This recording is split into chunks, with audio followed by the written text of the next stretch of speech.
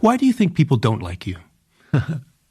I think there is a lot of frustration with the way the world is unfolding, and that frustration is being taken out on people in positions of power. I get that. That's part of my job. What about you? I mean, we're both old enough to have seen a number of prime ministers, and I have never seen, the sticker that I saw yesterday in downtown Toronto running through the city with F. Trudeau on the back of a pickup truck, flags with your name and the middle finger raised. Yeah. This is my video update on this Sunday afternoon, April the 7th. Let's walk to the coffee shop. Let's walk to the coffee shop and talk about some news. And let's start things off with Justin Trudeau, the Prime Minister of Canada, gave an interview the other day, and he was asked, why do people dislike you so much, Mr. Prime Minister? And Trudeau's answer was that people are frustrated with the way the world is unfolding, and that is why they dislike me. They take their frustration, Trudeau said, out on their leaders. That's the reason why people dislike Justin Trudeau. If only Trudeau, if only the Prime Minister of Canada was in a position to make a difference in the world. If only he had the power to make a difference in the world, to make a difference in people's lives. If only. Poor Trudeau. Poor Trudeau. Always the victim. Always the victim, never the hero. Justin Trudeau. He was also asked, what do people like about you? He was also asked, what do people like about you? And Trudeau answered, that's a good question. I think people like my inclusivity. I think people like my hair. And I also think people really enjoy my acting. You know, I used to be a drama teacher and a ski instructor. The three things that people like about Justin Trudeau: his inclusivity, his hair, and his acting. He didn't say that. I'm making that up. He was asked, what do people like about you? I do believe he was asked that question, though I forgot what he said. Maybe he said nothing. I don't know. People don't really like me, except for Olaf. Olaf Scholz really likes me, even though he calls me an idiot every now and then. So let's get to some news from Dmitry Medvedev. And he put up a very long post on social media where he basically outlined the three types of people, of groups, entities that the Russian investigative committee is looking at with regards to the terror attack in Moscow. And he kind of pointed out to three different groups that are now being looked at by the investigation into the Crocus City Hall terror attack. And it's a long post, but I'm going to read you point number 3. I'm going to read you point number 3. You see, I need a coffee. I'm going to read you what the third group of people are being investigated. The third group of people that are being investigated by the Russian investigators. I can't speak today. Anyway, the third group, according to Medvedev, are the accomplices to the terror attack on March 22nd. And This is a very interesting post from Medvedev. He says, accomplices, a lot of them, their circle is expanding and includes those who gave property, money, organized the movement, taught to shoot, etc. Everything is clear with them, too, and they will answer. Much more interesting are other accomplices or international sponsors of terrorists. And there, alas, the situation is this. These include senior officials of NATO countries. They are different. Yes, at least the same Macron, his rhetoric, his actions, and most importantly, his sanctions for secret operations with the Bandera regime may well be qualified as complicity in the terrorist attack on March 22nd. That is why the lover of oysters and champagne shit himself so much that he was forced to publicly deny France's involvement in the terrorist attack himself and through his subordinates. It is obvious that Macron and a number of other Western leaders are the sponsors of this terrible terrorist attack. There is no forgiveness for this. There is no hiding behind immunities here. And from now on, they are not just enemies of Russia. Wow, that is quite a statement from Medvedev. Calling out Macron, calling out little Napoleon, and then saying that there is no hiding behind immunities here. Whew, if I was Macron, I would be very, very worried after reading this statement from Medvedev. So let's talk about the conflict in Ukraine, what is going on in the conflict in Ukraine. I believe yesterday, the Russian military, they started their assault on Chasov Yar, a very important strategic town just west of, I believe, west of Avdiivka, right? Or west of Bakhmut. And Bakhmut, I believe. Yes, west of Bakhmut. And the Syrsky war strategy is in full effect. The Syrsky military strategy, which is that Ukraine, instead of falling back to better defensive lines, the Syrsky military strategy is that Ukraine will try to defend every single inch of territory. And just like in Bakhmut, just like in Avdiivka, the Ukraine military is sending in reserves and brigades and soldiers and resources and everything they have into Chasov Yar to try and prevent the Russian military from taking over this town, which lies on which is on the high ground. And we all know what happened with Avdiivka and Bakhmut when Syrsky employed his military strategy.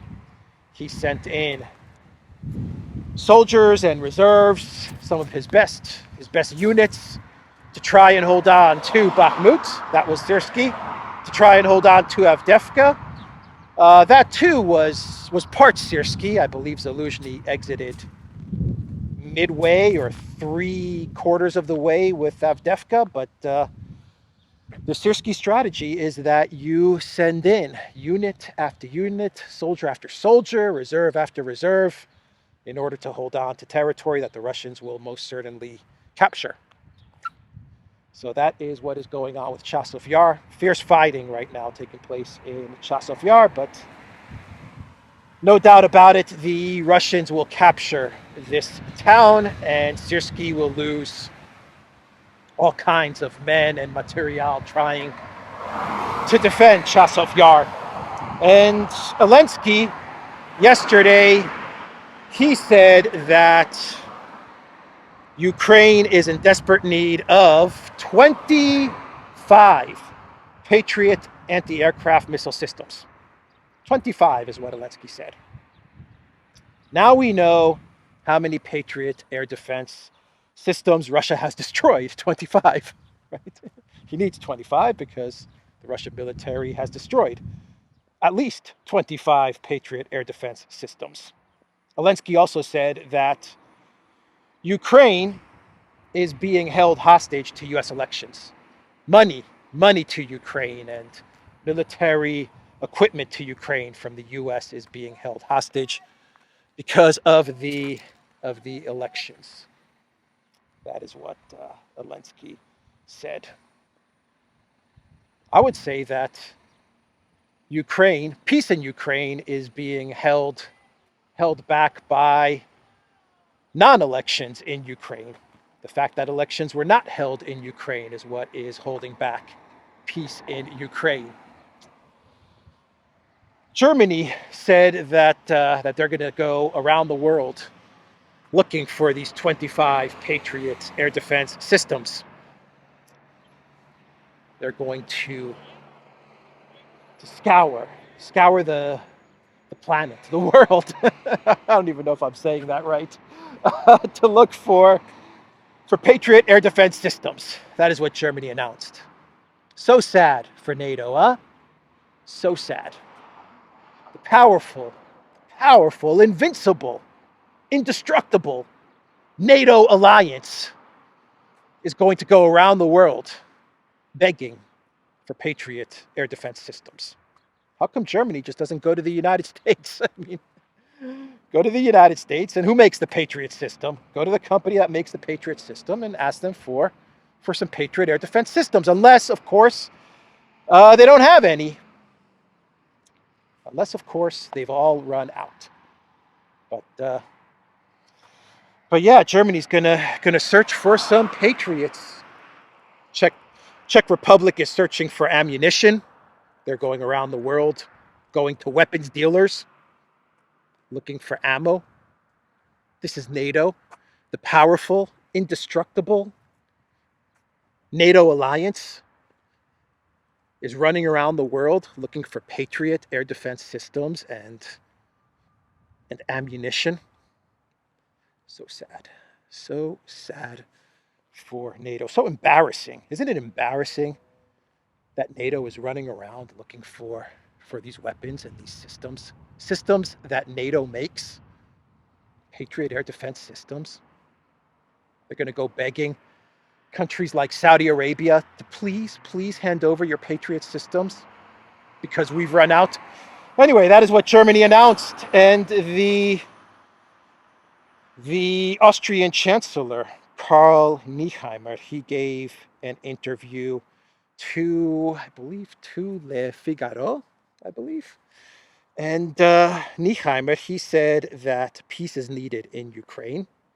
Dialogue, he actually said peace talks and dialogue is needed in Ukraine. Russia and the West, they need to start talking. But the Austrian Chancellor also said that the West should continue to provide all the support that they can to Project Ukraine. So they have to continue to support Ukraine in its proxy war with Russia. But he also said that talks have to start between the West and Russia, Ukraine and Russia. That is what the Chancellor of Austria said. The Austrian leader noted that when he went to Moscow to meet with Russian President Vladimir Putin on April 2022, several weeks into the conflict, Moscow and Kiev were still engaged in direct talks. Quote, "This is no longer the case today because Russia shows no desire to negotiate. But without the Russian Federation, there will be no peace," he said, adding that the situation remains difficult, but the resumption of dialogue when the day comes is a necessity, he stressed. So it's Russia that shows no desire to negotiate.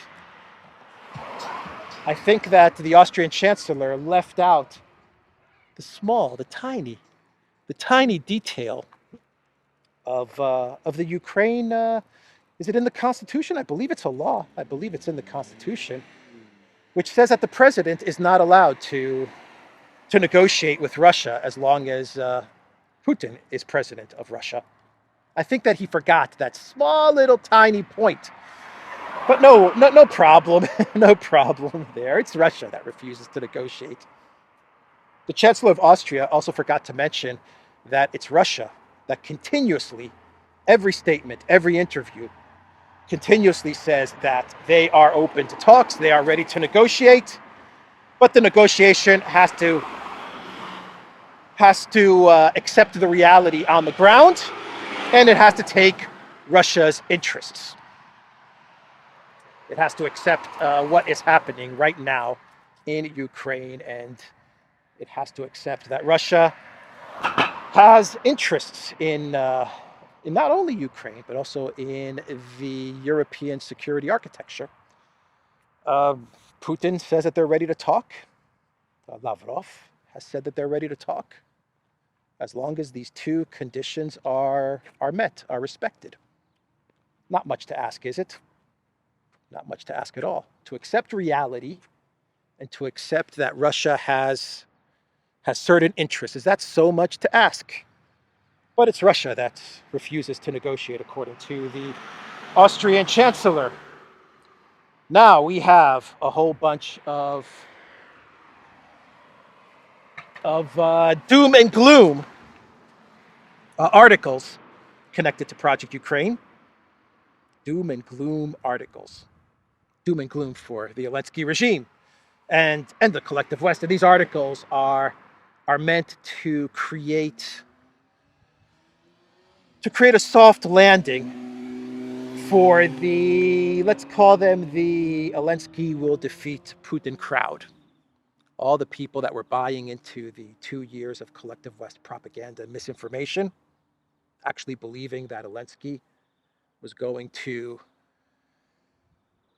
defeat Russia. These articles are meant to ease people into the reality, the fact that Ukraine is losing, and is losing very big. So the first article, the first doom and gloom article for Project Ukraine, is from the Wall Street Journal with the title, "Macron didn't want to humiliate Putin. Now he wants to get tough." Tough guy Macron, French president, once advocated dialogue with Russia, but now wants to keep all military options open in Ukraine, unsettling NATO allies. Tough guy Macron. He was dangling the carrot, but now he's going to take out the stick. Macron didn't want to get tough with Putin. I didn't want to get tough with Putin. I didn't want to get tough with him. I wanted to be nice. I wanted to be nice to Putin. I wanted to reason with Putin. I wanted to reason with him and talk with him. But he wouldn't listen, so now I'm going to get tough. According to the Wall Street Journal. And Macron is going to threaten that 20,000 French troops are going to enter Ukraine if Putin refuses to submit to France, refuses to submit to the collective West, and refuses to bow down to little Napoleon, then France is going to send 20,000 troops into Ukraine. If France sends 20,000 troops into Ukraine, you better watch out. Russian military. That is what the Wall Street Journal is reporting. And tough guy Macron, according to the Wall Street Journal, tough guy Macron, he's freaking out the United States and Germany. I mean, he's really freaking them out. Schultz and Biden, they're like standing, on the sidelines, looking at tough guy Macron, working that heavy bag, muscles bulging. They're saying, bro, we got to calm down, tough guy Macron. He's in beast mode. Beast mode Macron, according to the Wall Street Journal. I am positive. I am 100% positive, convinced that Putin and Medvedev and Lavrov, that they're shaking. They're like shaking. Tough guy Macron. Beast mode Macron. Oh boy. The coffee shop is right there, by the way. That's why I sat down. I sat down here to finish up the video. The Wall Street Journal, they also have an article with the title Ukraine's Mad Max Trawls Swamps and Minefields for Shells. Kiev's ammunition shortage is so acute that a soldier who hunts for Russian shells and makes his own bombs has become an important supplier for some units. The Washington Post, they put out an article with the title, With No Way Out of a Worsening War, Elensky's options look bad or worse. Oh boy, they're easing everybody into the fact that Ukraine is losing, is going to lose this war after 2 years of propaganda and misinformation. They're easing everybody into the reality of the situation. So this article says, so how long can Ukraine withstand being at war? That is what the Washington Post article is asking. The Ukrainian lawmaker, who they interviewed, said the country will not survive the status quo for another 10 years. Others, however, think the fight could go on even longer.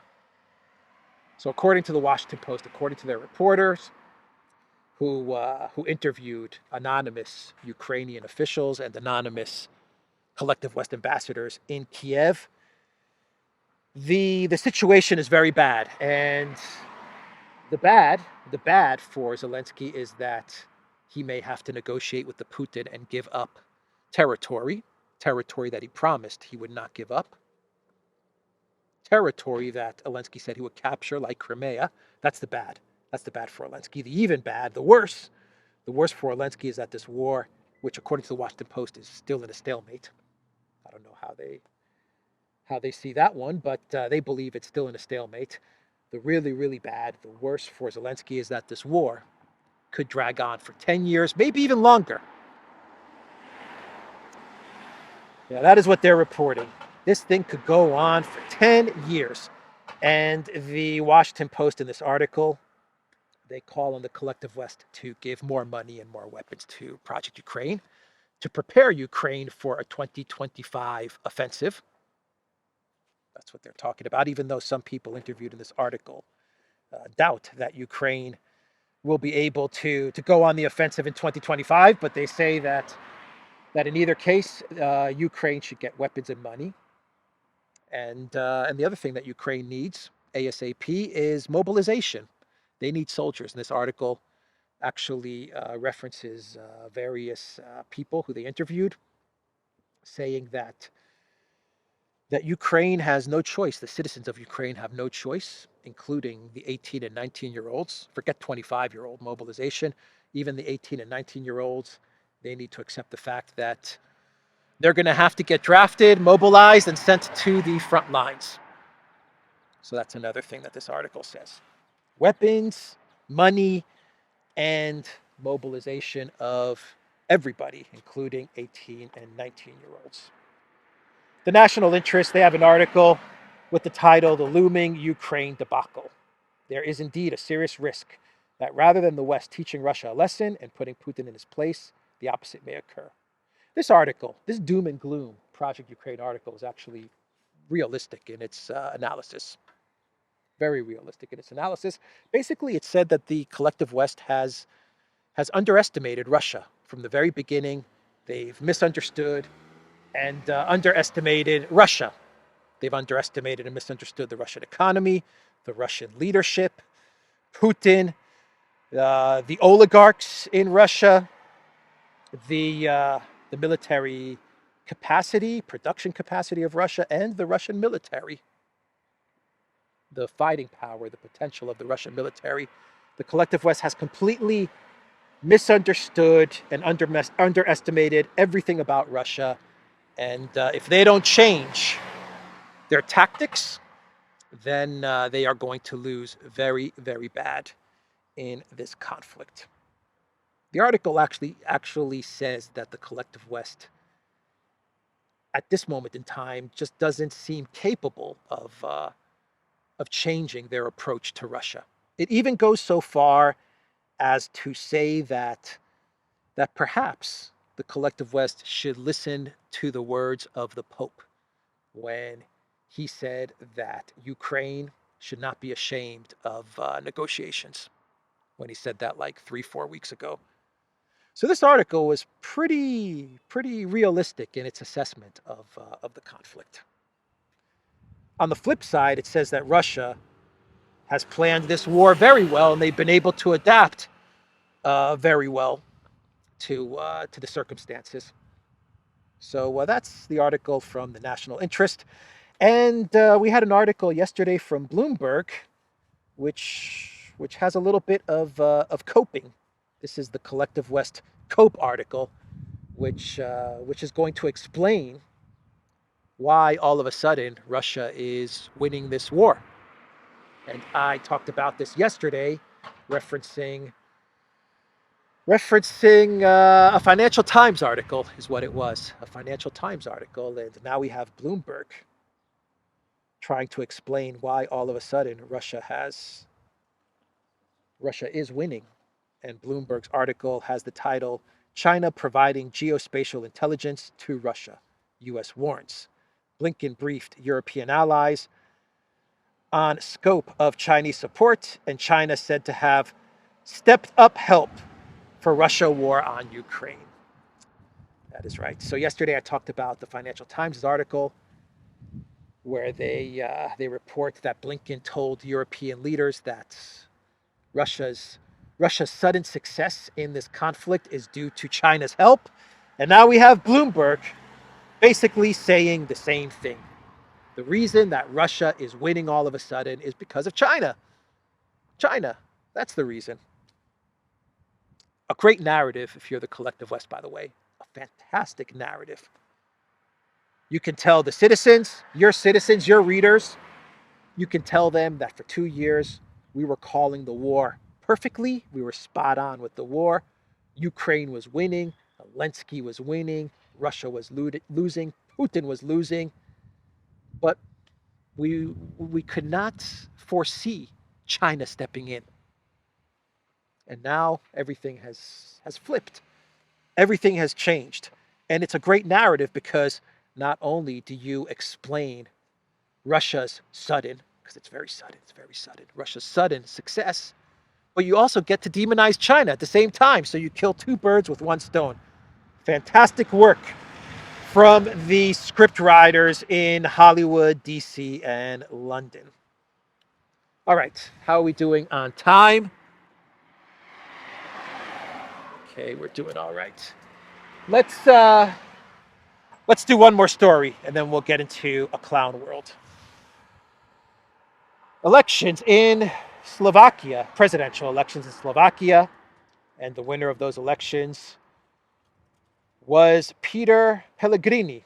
He will be Slovakia's next president, which is angering Brussels, because Brussels wanted a pro-globalist, pro-EU, pro-Ukraine war escalation president in Slovakia to counter Robert Fico. Instead, they got someone who is very much aligned with Prime Minister Fico's view of the EU, as well as of the conflict in Ukraine, Project Ukraine, very much aligned with Robert Fico. No escalation, no weapons to Ukraine. We need peace, no more war. That is the man that Slovakia elected as president yesterday, Peter Pellegrini.